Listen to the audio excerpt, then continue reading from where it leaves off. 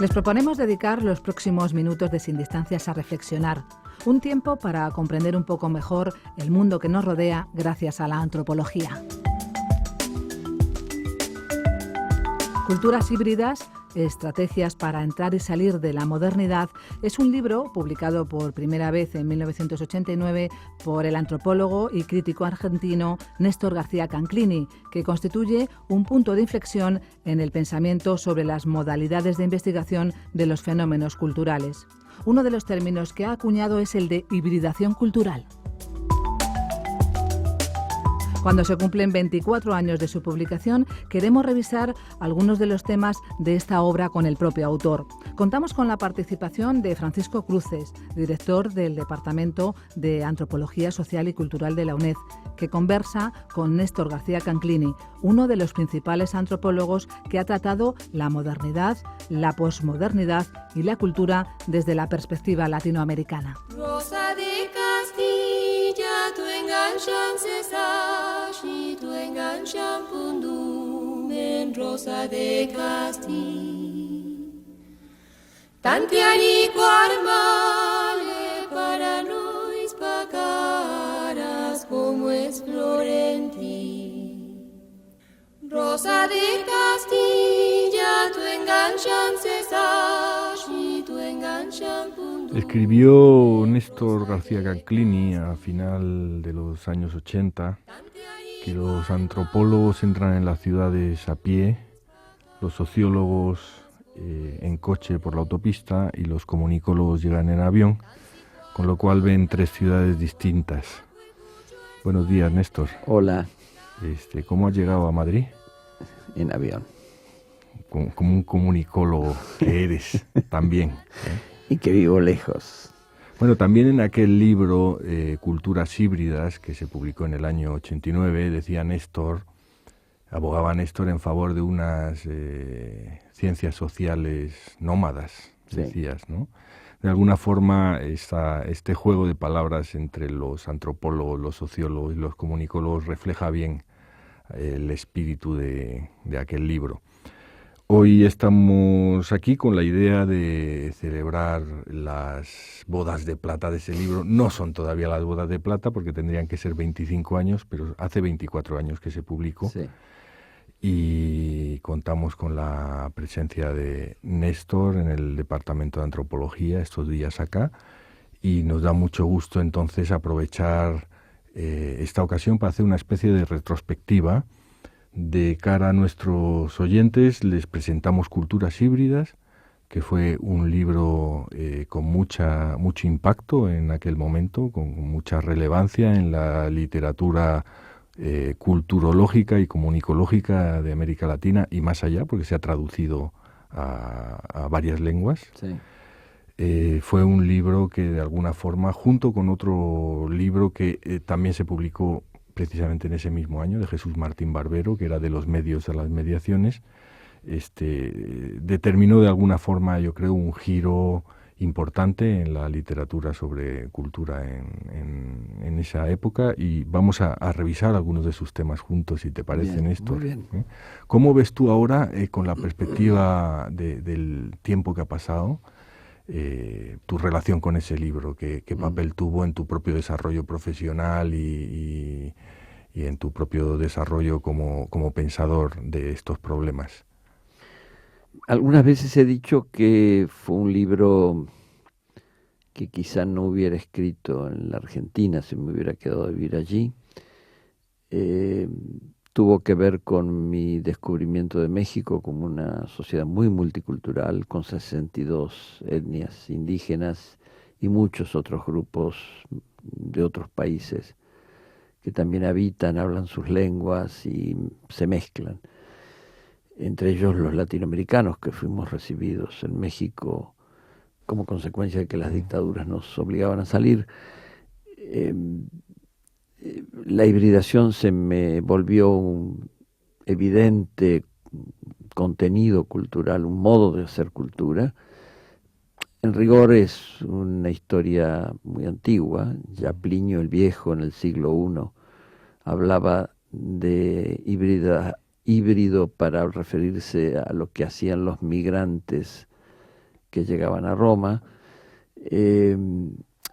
pero no ha sido sino hasta finales del siglo XX que la noción de hibridación fue incorporada a las ciencias sociales, inclusive con discusión, porque me acuerdo que cuando apareció el libro, algunos científicos sociales me decían por qué trasladar una noción de la biología a las ciencias sociales, y objetaban en ese momento que híbrido era sinónimo de infecundo, lo cual no es cierto, ni lo era en ese tiempo, porque ya la hibridación era un recurso para fecundar, para mejorar la calidad de los alimentos, para muchas cosas, y luego su uso se fue diseminando y tenemos coches híbridos, tenemos muchísimas maneras de reconocer el carácter mezclado, combinado de lo que producimos material y simbólicamente. Sobre todo que el sentido de lo híbrido en aquel libro era más bien celebratorio que sí, denostativo, ¿no? Sí. Más bien hablaba de la productividad frente a una idea de pureza. Sí. Que por otra parte en el Estado mexicano, en la formación de la nación mexicana, nunca se dio, ¿no? La doctrina estatal en el nacionalismo mexicano y a lo largo de todo el siglo XX es más bien la doctrina del mestizaje. Así es. Aunque tú no utilizabas tanto el término mestizaje allí, ¿no? No, lo mencioné, lo retomé un poco porque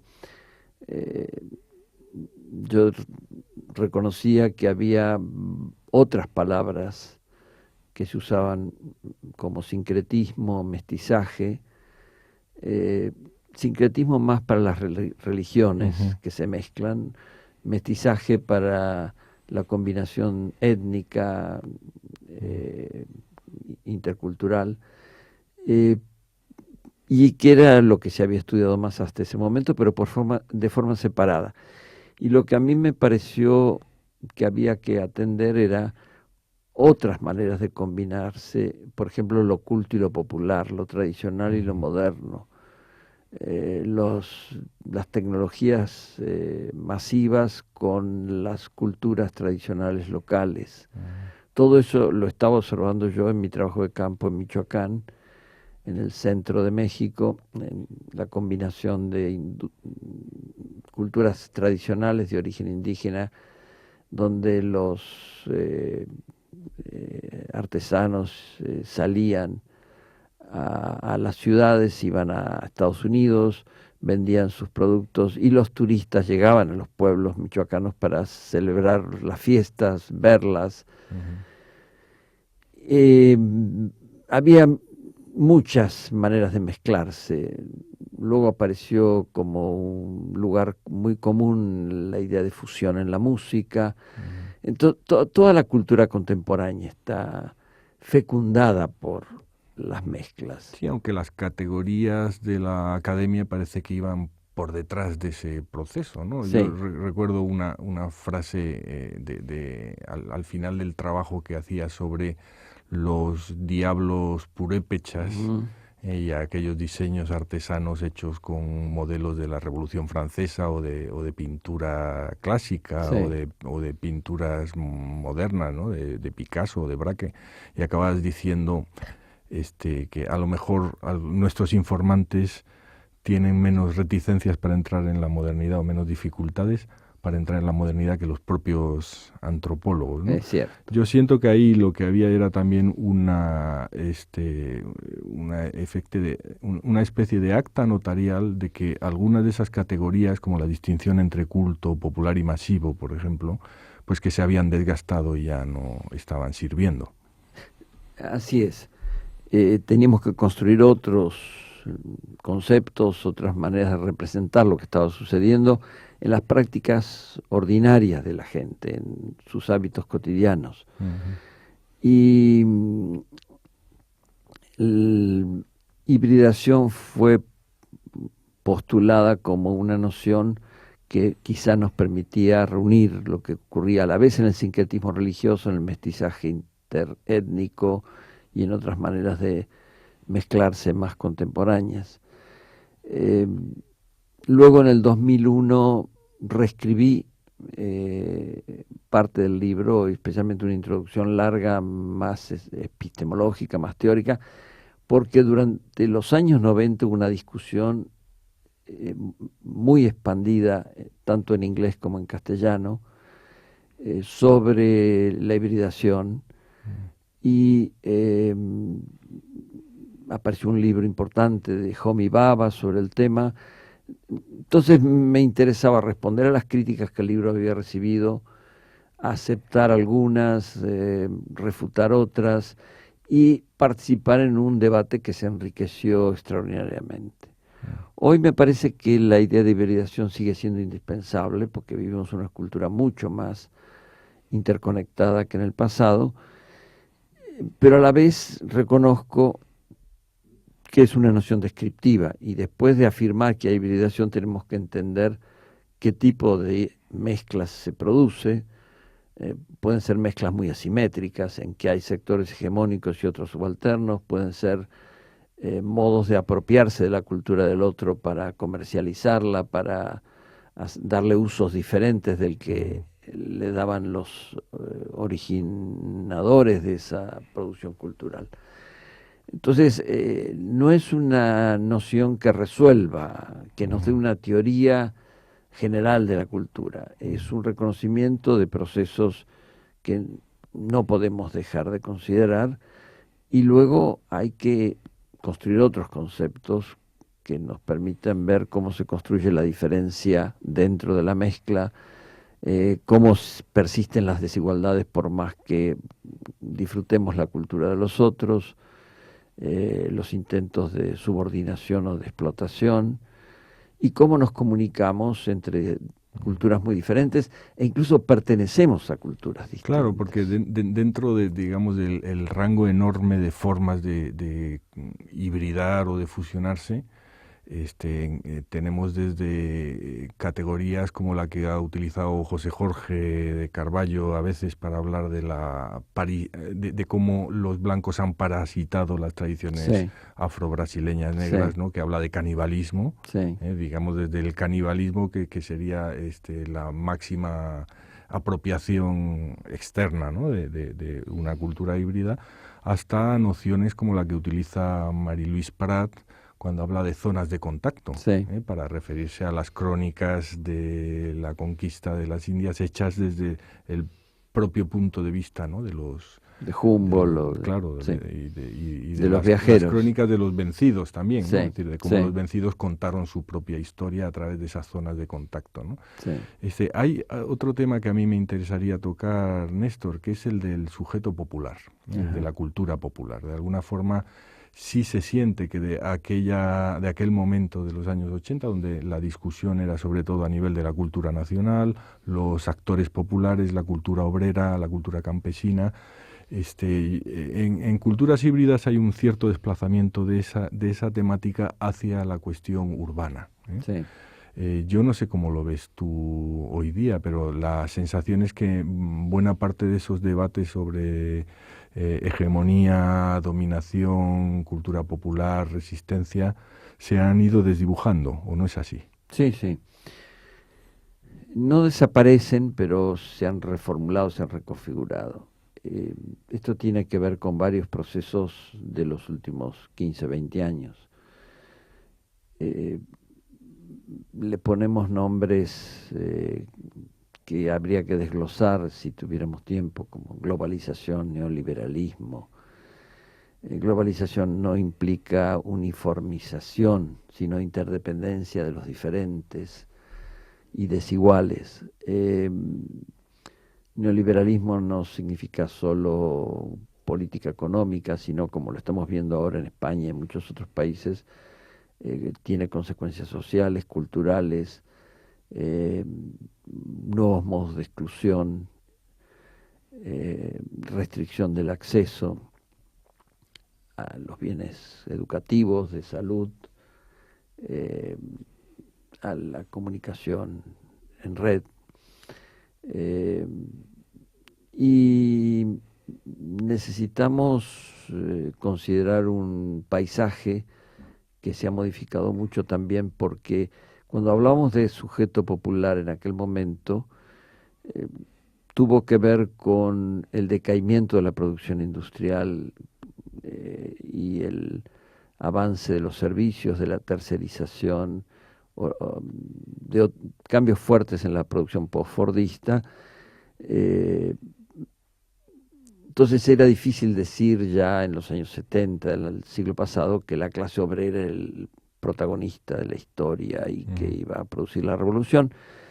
Y buscábamos cómo distintos sectores populares estaban articulándose para generar cambios, a veces locales, en su propio barrio o en la ciudad a la que pertenecían. Esto ha estallado mucho más, se ha dispersado aún más, como lo vemos en este momento en España, donde si bien hay una política general de reconfiguración económica, social y cultural, ejercida no solo desde el gobierno, sino de instancias europeas y desde los mercados, que es otra noción que habría que desglosar, deshacer.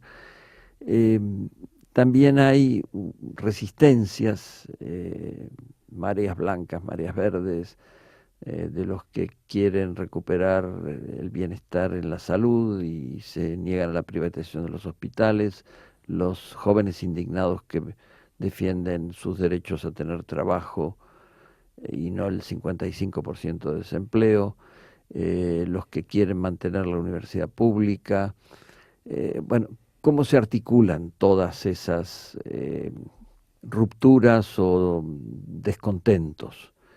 Creo que es un gran tema que hoy tenemos que pensar, cómo se constituyen sujetos sociales capaces no solo de indignarse, de protestar, sino de armar formas de transformación que puedan ser más eficaces. Sí, o sea que digamos que trae a primer plano el problema de la articulación de los diferentes, sí, más bien sí, que de la unidad de una categoría que era el pueblo, que era casi dada por supuesto, ¿no? Sí, ni pueblo ni sociedad civil, que fueron dos categorías muy exitosas a fin del siglo XX, tienen hoy muchos sentidos si las vemos en bloque, como algo homogéneo. En realidad, la sociedad es tremendamente heterogénea, lo va a seguir siendo, y por eso vemos esta proliferación de protestas a veces difíciles de conectar.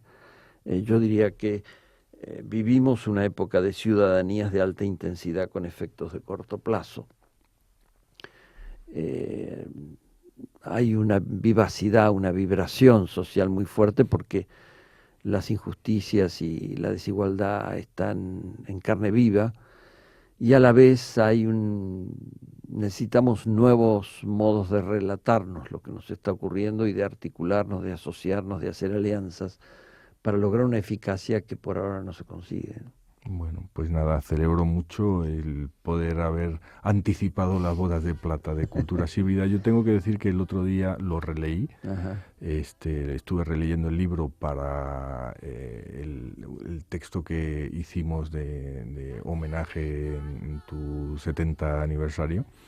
Y lo encontré magnífico, lo encontré lleno de energía. Gracias. Un libro ambicioso, y dije, uy, cómo me hubiera gustado escribir yo este libro, que es lo mejor que yo creo que se puede decir de un libro en ciencias sociales. Gracias. Así que con esta invitación a leer Culturas Híbridas o a volver sobre él, pues nos despedimos de nuestra audiencia hasta el próximo día. Muchas gracias.